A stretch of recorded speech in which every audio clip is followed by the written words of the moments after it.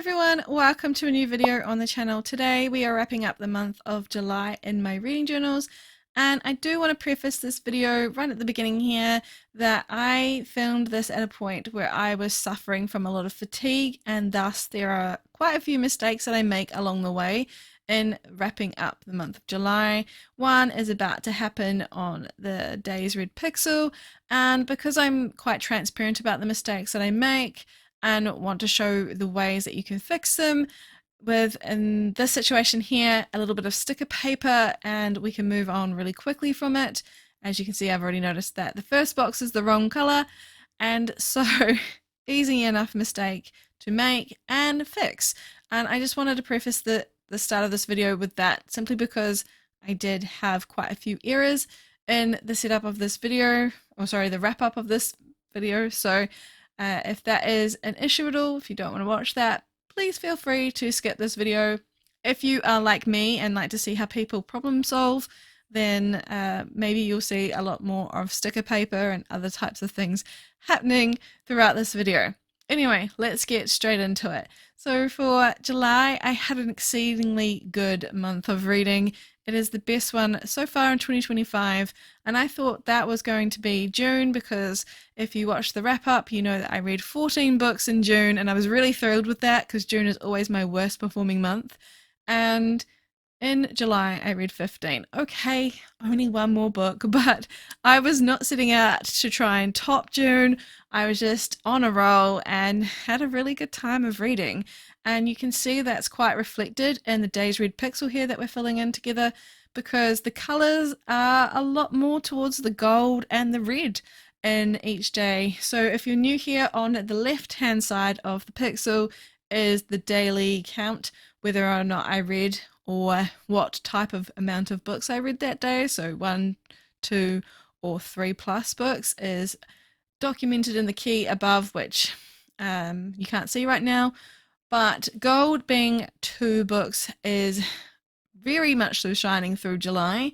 And on the right hand side is the finished side, so that's on the days that I finish a book. That's why it looks a lot spottier, but there are a few golds on that side as well. And again, I made another mistake, and again another piece of sticker paper was used to cover that up. Now originally I did actually print out the cover for the final book on the Rainbow Challenge. Unfortunately, for some reason, again I think it was to do with fatigue, I had absolutely no idea why, but I did the wrong sizing. So I'll just have to print that out next time I'm using sticker paper. I try to fit as much as possible on my sticker paper, so I'm not going to just go print it out right now because it is a little bit expensive. We are flipping through the first few pages in the journal with all the challenges now. There wasn't really a lot to add. As you can see on the A to Z, I was checking it all off. Still nothing to add to that, or I had already done it, and now we're moving into July's pages. I hadn't completely finished filling out July, so I decided to do that with you all, and here I am adding the last book that I completed in the month, and that was a reread. It was Emily Wilde's Encyclopedia of Fairies, and if you've been here long enough, you know that's my favorite series, and I was hosting the buddy read, so I was really happy. I got to read that with a lot of people, and it was really a nice time. So I'm just going to add in that and color it in. As you can see, because I used so many different pens, I had to start writing down the number of the pen so I didn't double it up. The downside to doing it this way with these pens was some of the colors didn't match the tube and they were quite light, but I can see it in person. I just don't know how well you can see it on the camera. Again, I had to complete the quotes page. I was missing one quote because I did start as well. I didn't finish it in June, but it's always when I start a book that I add the first line of the book to the quotes page, and so I had to add Akana Academy's first line. I did tweak it a little bit because I think the first line was only like 3 words, and I just made it the first 2 sentences. And then we're on to the functional pages, and they just needed a few ticks, really. There was nothing more to add there. Finally, we're at the page that I love to share with you all each month, and that is the reading log, and we get to put in the covers and see the page come to its full potential, because I love when this page is fully done every month It doesn't just look like words everywhere and a whole bunch of jargon. The covers really bring it to life, along with the format stickers that I put on afterwards. As you can expect with 15 books, there was quite a lot of lines in the sticker paper that I had to cut out for the amount of book covers, and I have actually done a video on how I make my book cover printouts for you all. It was requested, so that will definitely be going up soon, hopefully at the end of this week if all things go well. And I am really excited to share that video with you all because I know how these things can look really easy and are very easy actually, but you don't know where to start. So if you need that kind of help, that video is coming. But it did mean that I had to cut different bits out and figure out how I was going to stick it all in to this video, because obviously I normally start from the latest book and work my way backwards, but this time around that was on a different page, as you can see. But I am going to do that with the format stickers. I know that it's a bit of a double up because I do list format in the writing portion of each box, but I do like this little visual in the corner. It makes it really easy for me to quickly look at it and go, that was an audio book, or that time I mixed read that book. But I didn't always do this, and I'm so glad that I now do it. These stickers here come from my Cricut. I made them with my Cricut. They're a little bit off-centered. I wouldn't sell them or anything like that, but they work just fine for me. And again, going to be doing a tutorial, though let's hope they don't come out crooked on that, because it's been also requested, and the way that I made those stickers on Canva. So hopefully that will come sometime very soon as well. We're now moving into the reading data journal, and we're in the series tracker section. I am really happy that I think I finished 2 series in July. I only started 2 series. So, well, technically I started more, but they're the 2 series that I want to continue. It was really fun to read so many books in series, but also getting to see these boxes fill in with the red to represent that I'm completed with those series. Yeah, there were 2, that's right. And it was just a blessing to be able to continue on with towards my 2025 goals. One of them being finishing a few series. I can't actually remember how many. It does come up on the page a few pages along. But yeah, I'm working towards finishing the series. I think it's 20 series. But yeah, I was really happy with what I achieved in July with my reading and towards my series goals. Unfortunately, here is our next mistake. So we're on the glance, a year at a glance page. And this is a really cool visual where you get to basically use it however you want. But I use it as writing down the title of the book and the color that's on the monthly calendar represents the day that I finished it and the star rating. And if I have 2 books that fall on the same day, it's generally the first book because I'm not watching, but sometimes it'll also be the higher rating. In this case, it is the lower ratings for both, I think, that ended up on the same days. But I did make a mistake. I missed a book and I don't notice it until I get to the very end. Unfortunately, it means that it's going to be out of order. I don't really see that it's going to be a problem. I think it also fell on a day where it was shared with another book, so it doesn't really count to being like quite obvious, but I just had to put it at the end because at the end of the day I wasn't prepared to go and remove like 6 or 7 books just to make it go back into place. So it is what it is. I haven't made that mistake before, I don't think, so you could definitely tell that I was, oh no, it did end up having its own little colouring in. Anyway, you can definitely tell that I was quite fatigued when doing this, and I will aim to not do that in the future, but with my new condition and stuff, I don't know. It's just easier to try and do the things I can do when I want to do them, and I was really wanting to do this on that day. Obviously, as I continued on with that, I got a little bit more frustrated with myself and more mistakes started happening, so perhaps I should have just stopped halfway through, but I am very persistent when I want to be. So we do make a mistake in one of these pages here, but let's look at books by ratings. I had a really good time. Most of my books were 4 stars over July. I had 2 5 stars, and it was actually kind of difficult for me to pick, sorry, 3 5 stars. And it was almost difficult for me to pick between the two that weren't a reread because I try not to use those in my book of the month type of choice.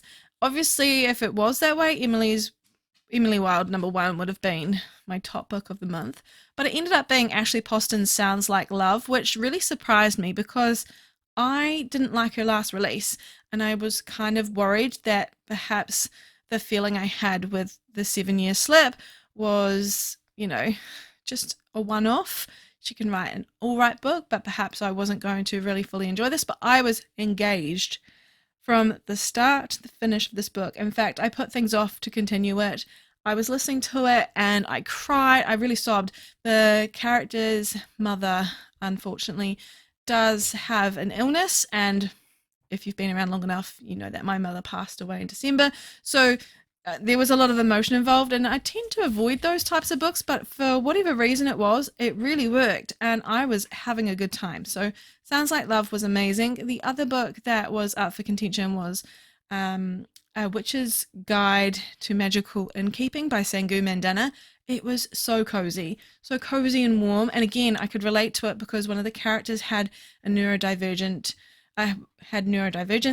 and my sister is neurodivergent, so it just felt really quite, the 2 5-star reads felt really quite comforting and really relatable this month. So really excited for both of those books, and if you haven't picked them up and you like the sound of them, please do add them to your TBR because you won't regret it. They're really good books. And I have already gone past the point where there was an error. I think it was on the format page where I accidentally put the wrong color down. Easy enough fix, again with some sticker paper. Sticker paper is, of course, sponsoring this video at this point. And we're on to the final one of these. And like I've mentioned in a couple of videos, I really don't want to lose this page. I am going to be doing the book mosaic next year, so it all gets joined into one big square. But I'm wondering if I should just be redundant and do an extra page anyway. I'm not sure, but I really do like just seeing the books by length come together because I don't normally look at this information on its own enough, and this year has been really insightful being able to see it this way. So I'm not sure what I will do, but I'm sure you'll get to see it because we'll be setting this all up together, hopefully, in my new reading journal series well, not in here, but the other journal, but reading journal series, and I'm really excited for that. But also it will be with other ideas as well. We won't just be looking at my journal. I'm toying around with how it's going to go, and it was supposed to start earlier this month, but things have been really hectic. I'm not going to put a time frame on myself. We'll just get it when we get it, and hopefully we'll get it soon. We're now on to a page that everyone seems to really love along with me. Like, it's the most understated page of this journal. It is the Stats Omnibus. But there are so many people that say, hey, can you show me how you set this up? Can you, this is really cool. And I'm like, it's really easy. It's just a table and you just put information in it. But it's so worth it. Like, it's such a good thing. And I'm so glad that I brought this forward into 2025 because I've never used it before. But I'm so glad I did. Final 2 pages of the stats section before we go into the monthly stats page. Wow, I can't talk. Monthly stats page. Of course, Octavia has picked up the loudest toy that she could find, so I do apologise if you can hear my dog thundering around with that. Are the eArc station and the library savings. And I am doing really well with saving on money of books. I really am quite impressed with myself with how much I am saving by going to the library or reading books through Libby. Final section to set up, and it is the monthly page, stats page. A lot of this information is quite recycled, but I do like to have this page just to have as a quick look at. It's all dedicated to that information. I kind of see it as if you have one of those digital trackers, which I do have, which sounds kind of sad, but as you've all heard before, if you've been around, I like to track in different places all the time. But if you have one of those digital trackers, you'll notice that there's the stats by month, and then you can look at it by like stats of month by side, like you can see all the months next to each other, that kind of thing. And I kind of see it like this, like we can see the stats in the stats omnibus, for example, the table, and it all comes together. You see all those numbers together, you think, oh, all right, that's really cool. I can look at that together. But then if you just want to look at July stats, you can do it on a line, but I find it really easy to sort of zone out. So having one of these pages really helps. I also have always done a stats page for each month, but I haven't done it like this before where I have it in its own book. But that was the whole point to the experiment of the 𝓤𝓷𝓷 journal, and I am thrilled to say that I will be doing this forever. I can't imagine ever going back to doing it all in one journal. This is definitely the way for me. However, it is the most basic page in the journal each month, and I do make a few more mistakes, little teeny ones like not noticing where the line goes over and stuff like that. But again, I'm not going to fix them on here. And it's one of those things where I wish this page was more aesthetic to look at, but equally it's just a stats page, so I don't know why I would want to put so much more effort into it. And I'm only going to be looking at it for information, not for how pretty it is. So that's how I am always feeling about this section. It's kind of like the anticlimactic ending to these videos, getting to see this page get together and looking at the stats. But it does mean we get to sit here and talk about what they are finally, because we're at that point now.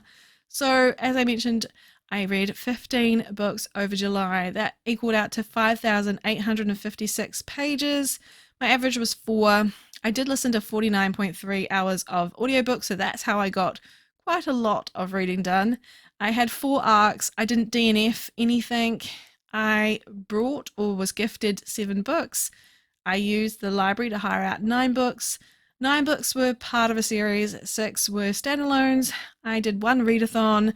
I had my book club read. There were 2 buddy reads and 1 reread. I didn't DNF anything, but I did sample 2 books. That is what I call a book below 10%, where I give up on it. I don't feel like I have the right to say that I DNF'd it when I didn't put enough effort into it. So that is what's under that section. For genres read, I had a mixed bag really of genres. I had romance, and then I had historical romance, and then fantasy, romantasy as usual, and I did have a mystery, which was the first book of the month. And I feel like it was kind of like spread out across the board, but obviously there was a lot more fantasy and romantasy. For star ratings, I had 3 5 stars, 2 4.5 stars, 5 4 stars, 2 3.5 stars, 2 3 stars, and 1 2.5 star.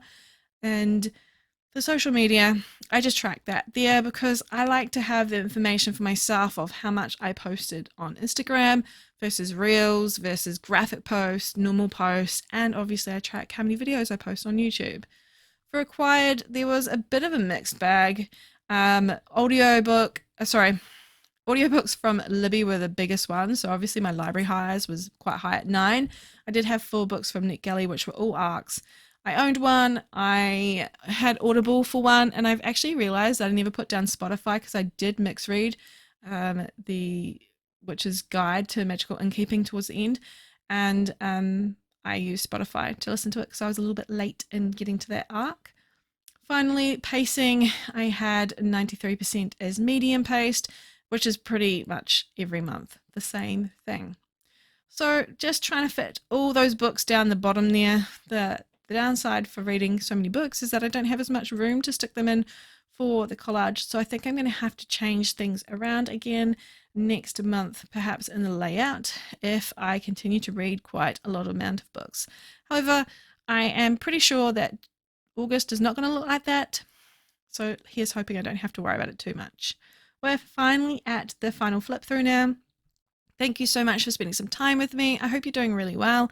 I am super excited for so many projects that I've got ahead of me. I'm finally at a point where my chronic fatigue is I'm getting into a routine with it. Of course, there's always going to be experiments of how much I can push it and how much the payback will be, but I'm feeling quite positive about where I'm sitting right now with that condition. So hopefully that equals out that there'll be more videos on the channel very soon, and I am hopeful that the videos that are coming are interesting to you.